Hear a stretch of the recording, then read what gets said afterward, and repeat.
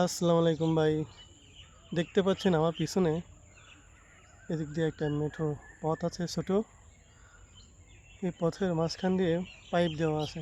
তার কারণ হচ্ছে পাইপের ভিতর দিয়ে পানি আসে, সেই পানি দিয়ে আপনার এই সামনের জমি সেচ দেওয়া হয় জমিতে। এদিকটা দেখতেই পাচ্ছেন, এদিক দিয়ে মানুষ যাতায়াত করে। এটা দেখতে পাচ্ছেন এই জমি মালিকের জমির সীমানা, ওনার জমি দিয়েই আর কি যাতায়াতের রাস্তা করে দিছে মানুষকে। এই জন্য আর কি উনি এই পাইপটা এখানে ব্যবহার করছে। এই সাইড দিয়ে দেখেন এই যে পাইপের ব্যবস্থা, এতে করে মানুষ খুব ভালোভাবেই যাতে এদিক দিয়ে যাওয়া আসা করতে পারে, মানুষের কোনো সমস্যা না হয়, সেজন্যই কিন্তু এই পাইপটা ওখানে উনি দিছেন। উনি ভালো কাজ করছেন কি খারাপ কাজ করছেন অবশ্যই জানাবেন।